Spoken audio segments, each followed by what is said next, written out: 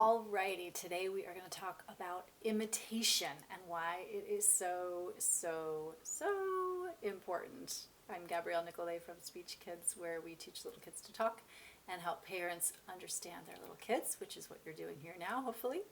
And so why is imitation so important? Because I'm going to cut right to the chase and then I'm going to tell you a story. Imitation is how we learn by watching.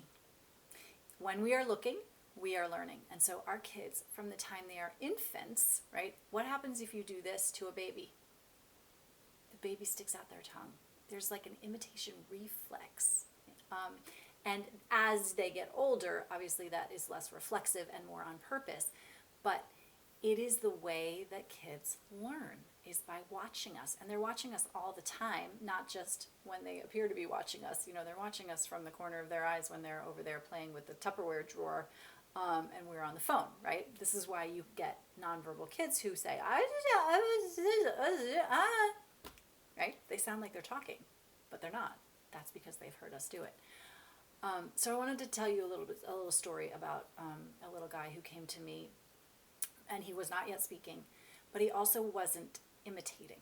And that meant he wasn't imitating gross motor, meaning body movements, and he also wasn't imitating sounds. And so one of the things that we did very early on in his speech therapy was to work on body imitation.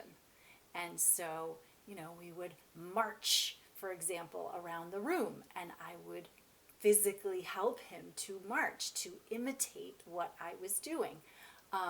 We would play what I call the imitation game, where I do something and you do something. Actually, in the beginning, it starts off where they do something and I do the same thing back, right? So I'm leveraging my own imitation, but then we're going back and forth and back and forth. And what happened with this little person is pretty soon, as we work from sort of the gross motor back up to speech and talking, he started to imitate words and sounds.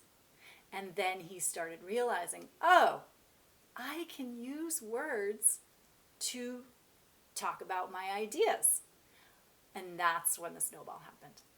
But he would not have gotten there without working on imitation first.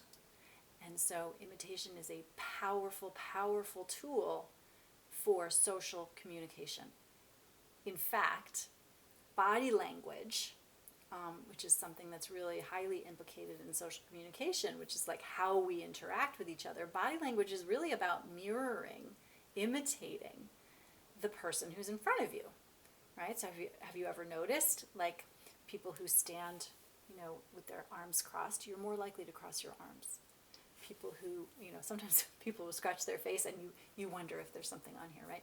We're programmed for imitation.